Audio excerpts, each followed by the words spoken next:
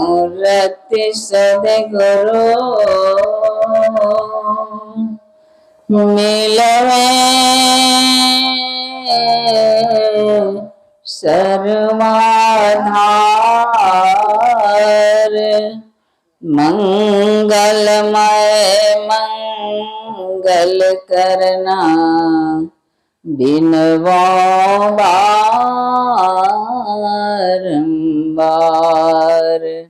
धन्य धन्य सद्गुरु सुखद महिमा कहे न जाए। जो कुछ कहो तुमरी कृपा मोते कछो न बसाए। जो कुछ कहो तुमरी कृपा मोते कछु न बसाए। गुरु को सिर पर राखिए चलिए आज्ञा माहे। कहे कबीर दास को तीन लोक डरना है। हृदय खोलकर जयकार करें। बोलिए प्रेम से श्री सद्गुरु महाराज की जय। उच्च आसन पर विराजमान कन कन में विराजने वाले 20वीं सदी के महान संत प्रातः स्मरणीय अनंत श्री विभूषित परमाराध्य संत सद्गुरु जी के युगल पाद पदों में कोटि सा नमन। सारे तीर्थों को पावन करने वाले साधु समाज, उपस्थित अपने कल्याण करने हेतु धर्म प्रेमी महान भावों, माताओं एवं भक्तिमती बहनों, सभी को मेरा सादर प्रणाम। बहुत गुरु महाराज की ही कृपा से हम लोग इस संत मत के सत्संग में उपस्थित होकर पधारे हुए हैं और बैठे भी हैं। सब गुरुदेव की ही कृपा है, जो आप लोगों को शायद पहले सूचित नहीं किया गया था। अचानक ही आप लोगों को सुनने में आया और जहाँ तक आप लोगों को सुनाई पड़ी सब उपस्थित हो गए। यह सब गुरुदेव का ही असीम कृपा है। यहाँ पर सतीश नाम के लड़का का विवाह जो हम लोगों को सूचित किया गया था, जिस कारण बहुत दिनों से सतीश की मम्मी और पापा हम लोगों को आमंत्रित कर रहे थे और कह रहे थे कि माताजी, बाबा, आप लोग सबसे पहले आशीर्वाद करने जरूर आएंगे। उन्हीं को कहने पर हम लोग आए हैं। वो बोल रही थी कि सुपौल जिला में सत्संग आपका कार्यक्रम है बाबा, तो कृपा कर मेरे घर तक भी आने की कष्ट करेंगे तो हम अपने आप को बड़े भाग्यवान समझेंगे।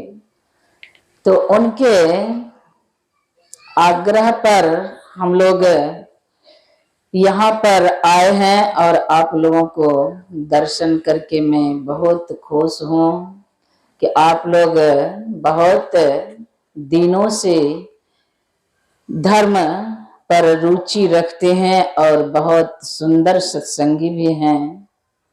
सतीश के नाना नानी पहले सुनते थे कि सत्संगी हैं, लेकिन देखने में आया कि बहुत सत्संगी ही नहीं है, बहुत ज्यादा प्रेमी भी हैं।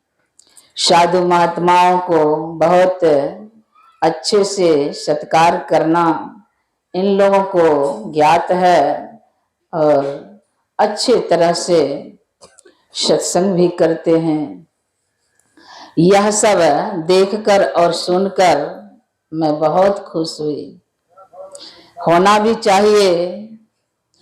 कहते हैं जिस घर में सत्संगी नहीं, जिस घर में साधु महात्माओं का पदार्पण नहीं, वह गाछ की खोडर के समान, जिस वृक्ष में खोडर हो जाता है और सिर्फ वहां सांप का ही वास होता है, उसी प्रकार जिस घर में साधु महात्मा मेहमान बनकर नहीं आते हैं, वह घर घर नहीं होता। इसलिए आप लोगों में यह सब मैं नहीं देखी, बहुत सुंदर से स्वागत किए। और अब सत्संग के कार्यक्रम शुरू हुआ। सबसे पहले संत स्तुति से सत्संग प्रारंभ हुआ और फिर श्री रामायण जी का पाठ हम लोगों ने सुना। सत्संग संत मत का सत्संग में जो पाठ होता है वही विषय बनता है। वही विषय पर साधु महात्माओं ने अपने अपने हिसाब से अपने अपने ज्ञानों से संबोधित सब सत्संगियों को करते हैं। अभी श्री रामायण में जो हम लोगों ने सुना, यह माता सीता के स्वयंवर से लेकर शादी और विदाई तक का संवाद हम लोगों ने सुना। माता सीता जब ससुराल अपना मायके से ससुराल जा रहे थे तो सुनैना माता जो थी, वह सुनैना माता शिखावन देती हैं और कहती हैं कि बेटी ससुराल जाओ तो माता पिता यानी सास ससुर की सेवा करना, पति के रुख के अनुसार उनको बोलना ना पड़े, उनका इशारा ही समझकर वह काम करना बेटी, जिससे सास ससुर भी खुश और पति भी खुश, सारे माताएं भी खुश हो जाएंगे, प्रजा भी खुश हो जाएंगे देखकर कि चलो बहू आई तो ऐसे वैसे बहू नहीं आई, संस्कारी बहू आई है। इसी प्रकार जब वनवास काल में जब मर्यादा पुरुषोत्तम भगवान श्री राम भैया लक्ष्मण और माता सीता वनवास जा रहे थे तो यात्री मुनि के कुटिया पर भगवान ने विश्राम किया और कहा कि देवी जाकर माता से कुछ शिक्षा प्रदान कर लो, तुम्हारे ही कामों के लिए है।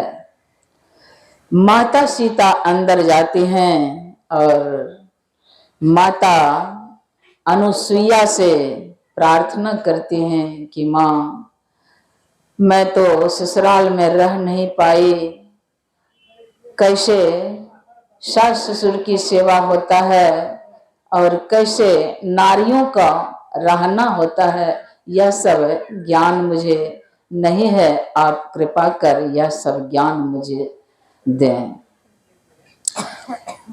माता अनुसुईया बहुत सुंदर से माता सीता को समझाने लगे और कहती हैं, बेटी, नारियों के लिए सबसे पहले 4 बातों को ख्याल करके रखना चाहिए।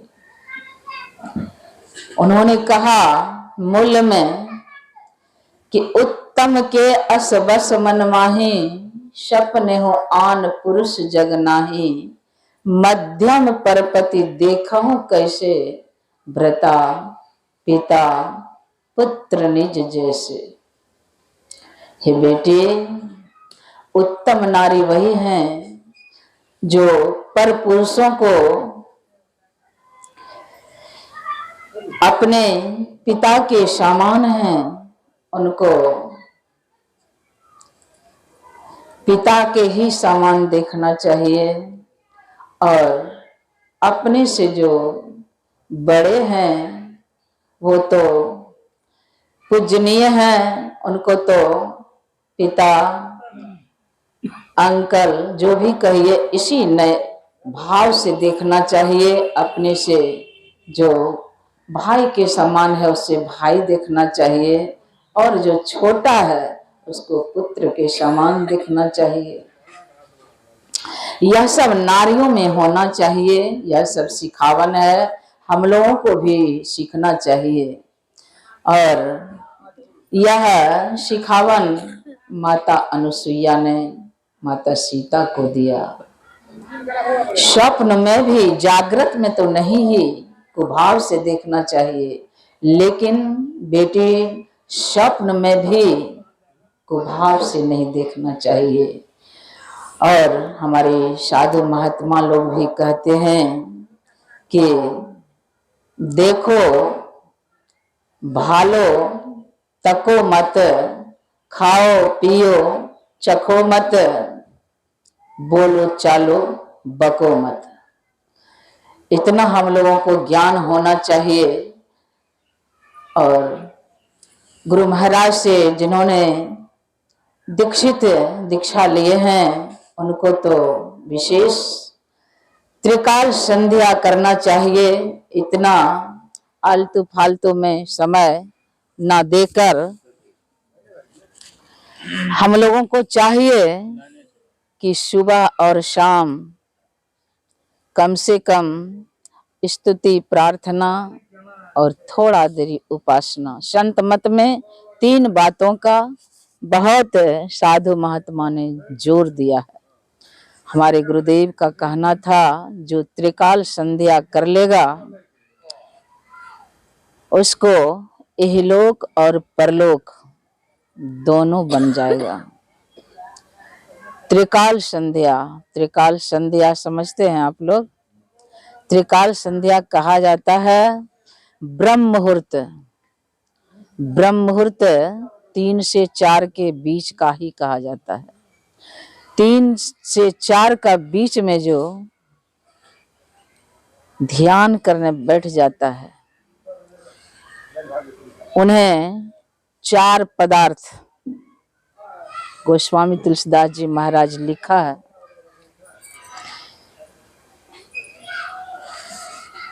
उनको 4 पदार्थ मिल जाता है। 4 पदार्थ है अर्थ, धर्म, काम और मोक्ष अंतिम में। हमारे आराध्य देव कहा करते थे कि जो ब्रह्म मुहूर्त में जगता है उसको 4 पदार्थ बिना परिश्रम को मिल जाता है। अगर ब्रह्म मुहूर्त में ध्यान करते हैं तो संसार का काम आप लोगों को नहीं सताएगा। किस तरह? जिस तरह हम लोग कटहल काटते हैं, कटहल बनाने से पहले हाथ में तेल लिया जाता है, करते हैं ना, पहले तेल लगा लेते हैं ना, तब कटहल का लाशा हाथ में नहीं लगता है। उसी प्रकार जब ब्रह्म मुहूर्त में ध्यान कर लेंगे तो सारा दिन मन भी फ्रेश रहेगा, आनंदित रहेगा, और जो जो काम करेंगे सब में सफलता मिलेगी। यह आराध्य देव कहा करते थे कि हाथ में जिस तरह तेल लगाकर कटहल काटते हैं, हाथ में लाशा नहीं लगता है, उसी प्रकार ब्रह्म मुहूर्त में जो ध्यान कर लेता है उसको सारा दिन जो भी काम करेगा उसको विषय भोग नहीं सताएगा ज्यादा। तो हम लोगों को चाहिए कि 3 से 4 के बीच में ना सोकर आलस के बीच नहीं जाएंगे, आलस को जगह नहीं देंगे, निंद्रा को जगह नहीं देंगे। उस बेले में उठ जाएंगे और उठकर हाथ पैर धोकर कुल्ला आचमन कर कर अलग जहां सोते हैं वहां नहीं, वहां अगर ध्यान करेंगे तो निंद्रा आ जाएगी, नींद आ जाएगी, आलस आ जाएगा, इसलिए वहां नहीं। कुछ पवित्र जगह अपना ध्यान का जो आसन है वह आसन बिछाकर और ध्यान करेंगे। जिस तरह से हम लोगों को गुरुदेव ने बताया है उस प्रकार अगर ध्यान करेंगे, बताए हैं इसी प्रकार ने बैठने बताए हैं, इसका अर्थ ही होता है कि कुछ हम मांग कर रहे हैं। तो क्या मांग कर रहे हैं? ईश्वर से बैठेंगे कुछ देंगे आके, तो कहाँ देंगे? ऐसे रहेंगे तब तो देंगे हाथ में। तो ईश्वर को हम लोग देखते नहीं हैं, वह दिव्य दृष्टि अभी प्राप्त नहीं है, लेकिन हम तो नहीं देखते हैं, वो तो देख रहे हैं। कौन बैठा है, कौन मांग रहा है, कौन जगा है, उसी को न मिलेगा। इसलिए हमें एकदम ब्रह्म मुहूर्त में बैठ जाना चाहिए, चारों फल की प्राप्ति हो जाएगी बिना परिश्रम के। और जब 4 फल की प्राप्ति हो जाएगी, बताए पहले तो अर्थ कहा जाता है धन की, धन प्राप्ति, धन से धर्म बढ़ेगा, धर्म करने में रुचि होगा, धन होगा, पैसा होगा, तब तो धर्म होगा। दान पुण्य करेंगे, कहाँ से करेंगे? तो अगर हम ध्यान करते हैं तो सबसे पहले अर्थ, फिर धर्म, फिर काम। काम कहते हैं जो कामना है मन में, सब पूर्ति होता जाएगा, अंत में मोक्ष की प्राप्ति। धर्म बनेगा, कामना पूरा होगा, तो मोक्ष की प्राप्ति तो होना है। तो वही 4 चीज ईश्वर देते हैं। इसलिए त्रिकाल संध्या हम लोगों को कभी न छोड़ना चाहिए। पहला ब्रह्म मुहूर्त, फिर स्नान के बाद थोड़ा स्तुति प्रार्थना करते हैं, उस समय तो थोड़ा हो ही जाता है। और संध्या के समय सांझ बाती न देते हैं घर में, उसी टाइम में गोड़ हाथ पैर हाथ धोकर और ध्यान करने बैठ जाए 1 घंटा कम से कम। फिर स्तुति प्रार्थना में थोड़ा बहुत ध्यान होता ही है। फिर रात्रि सोते समय थोड़ा ध्यान करके सो जाए। यही तो काम है करना हम लोग को। और इसके लिए परहेज, गुरु महाराज बतलाते थे परहेज करो। जिस तरह दवाई में परहेज ना होता है, उसी प्रकार गुरुदेव बतलाते थे कि जो साधक अपने आत्म कल्याण करने के लिए उत्साह हैं तो उनको परहेज करना चाहिए। दीक्षा लिए हैं जिन्होंने, तो वही परहेज है। झूठ, चोरी, नशा, हिंसा, व्यभिचार, इन 5 पापों को हम लोग छोड़ेंगे तब हमारा ध्यान बनेगा। और सबसे विशेष बोले हैं सदाचार का पालन करने।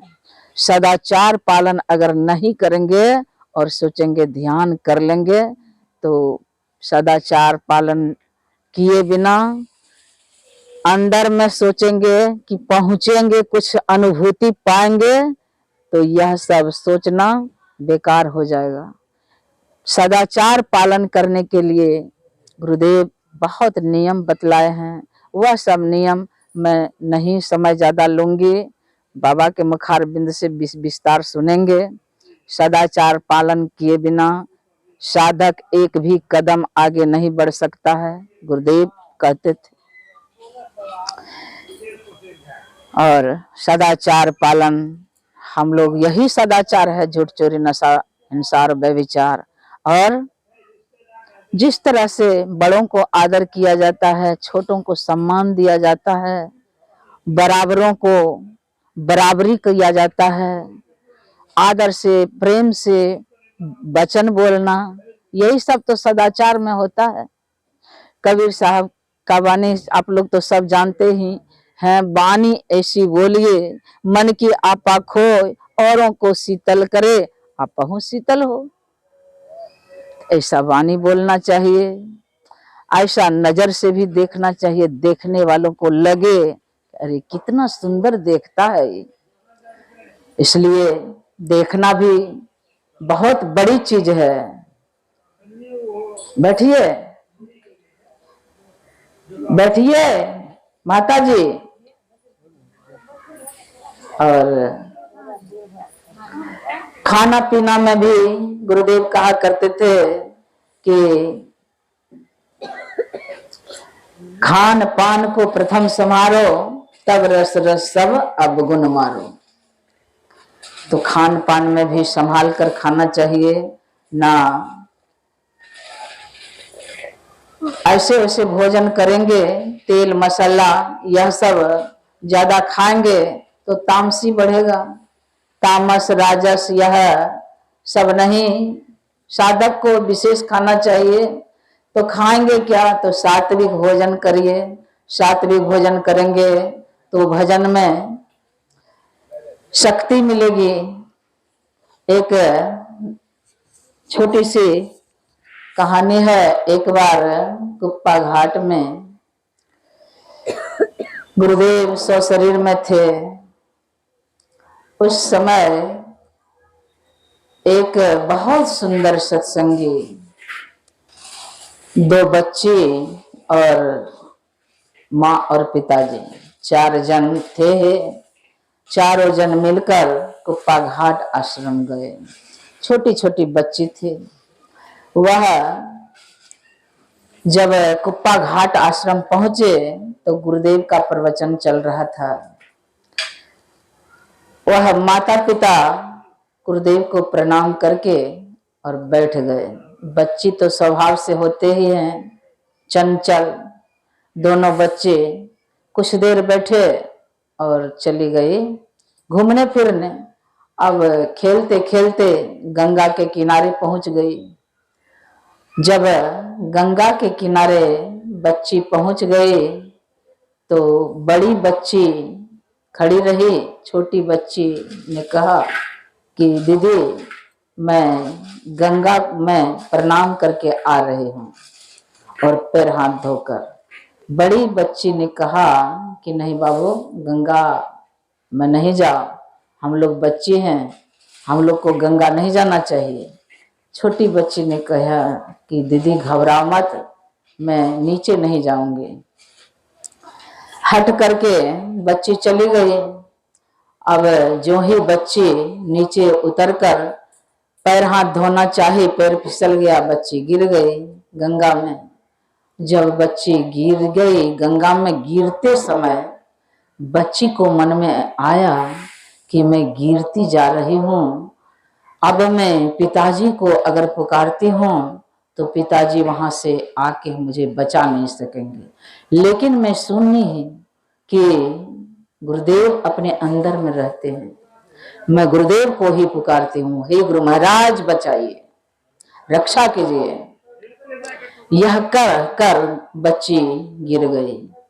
अब होता क्या है, यह दृश्य देखकर बड़ी बच्ची व्याकुल हो गई और रोती रोती दौड़कर पिताजी के पास गई और कहती है कि पिताजी पिताजी उठिए ना, देखिए बच्ची बहन, छोटी बहन बाबू गिर गई, गंगा में गिर गई, पिताजी गिर गई। अब देखिए पिताजी गुरुदेव का प्रवचन सुन रहे थे। उनका भी मन में होता है अगर मैं यहां से दौड़कर जाता हूं तो उस बच्ची को बचा नहीं सकूंगा। और गुरुदेव को प्रवचन जो चल रहा है यह छोड़कर मैं जाता हूं तो गुरुदेव का भी अवहेलना होता है। नहीं, जब तक प्रवचन होगा मैं यहाँ से टस से मस नहीं करूंगा, जो करेंगे गुरुदेव करेंगे। यह सोचकर प्रणाम कर उसके माता पिता, माता को तो थोड़ा होता था कि उठकर जाओ, लेकिन पतिदेव का आज्ञा नहीं था और उठना नहीं चाहे, लेकिन व्याकुल बहुत थी। जब तक गुरुदेव का प्रवचन चलता रहा माता पिता बैठे रहे। जो ही प्रवचन समाप्त होता है प्रणाम करके पिताजी दौड़ते हुए जाते हैं गंगा किनारे। गंगा किनारे यह मन में संभावना भी नहीं था कि हम बच्ची को देख पाएंगे, लेकिन कम से कम गंगा माँ को प्रणाम तो कर लेंगे।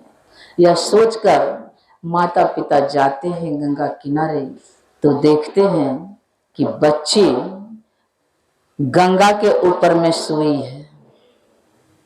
यह देखकर उसके माता पिता खुशी का पारावार न रहा, बहुत खुश हुए कि गुरुदेव आपको सुनते थे कि आप अंतर्यामी हैं, लेकिन हे गुरुदेव आप किस तरह से रक्षा भक्तों को करते हैं यह मैं प्रत्यक्ष देख रहा हूँ। बच्ची को उठाए और जल्दी से आश्रम ले गए और ले जाकर गुरुदेव के सामने सुला दिए और सारी घटना गुरुदेव को सुनाए। गुरुदेव ने कहा कि जल्दी से जाकर डॉक्टर से इसका पेट का पानी निकलवाइए, बच्ची मरी नहीं है, जिंदा है। उसके पिता गए और सारा जो पानी पी थे पेट से डॉक्टर निकाल दिया, बच्ची स्वस्थ हो गई। वहां से चारों जन फिर आश्रम आते हैं, गुरुदेव को प्रणाम करते हैं और सोच सकते हैं कि कैसा लगता होगा उनको। बहुत खुश हुए, दीक्षित नहीं थे, दीक्षा लिए और दीक्षा लेकर अपने घर में जाकर ध्यान और भजन करने लगे। सबके प्रचार किए, सबों को सुनाए कि ऐसे हमारे गुरुदेव हैं। तो गुरुदेव अंतर्यामी थे, उनसे कोई हृदय से कोई पुकारता था तो गुरुदेव उनका ऐसा काम कर देते थे और अभी भी करते हैं जो हम लोगों को पता भी नहीं चलता और वह काम हो जाता है। कहते हैं ना, करते हो तुम गुरुवर मेरा नाम हो रहा है। वो अपना नाम भी नहीं लेते हैं, नाम भी भक्तों को दे देते हैं और सारा काम कर देते हैं। ऐसे अंतर्यामी हमारे गुरुदेव थे। उनके कीर्ति का बखान करना मेरे समझ से बाहर है और मैं उनका कीर्ति का क्या गुणगान कर पाऊंगी। विशेष समय मैं लेना नहीं चाहती हूँ। बाबा का पदार्पण है, यह पढ़े लिखे हैं, इनसे जो प्रवचन सुनेंगे तब समझ में आएगा कि कैसे महात्मा हैं। इनसे तो पहली बार यहाँ आना हुआ है, आप लोग कभी तो सुने नहीं थे और नहीं भी सुने होंगे, लेकिन घर बैठे अगर आप लोगों को सुनना होगा तो इनका 2-3 चैनल चलता है, अपने अपने मोबाइल को सब्सक्राइब करके और फिर इनका प्रवचन आता रहेगा। पढ़े लिखे महात्मा हैं, विद्वान हैं, इनके मुखारबिंद से अब हम लोग सुनेंगे तो विशेष लाभ मिलेगा। बोलिए प्रेम से श्री सद्गुरु महाराज की जय।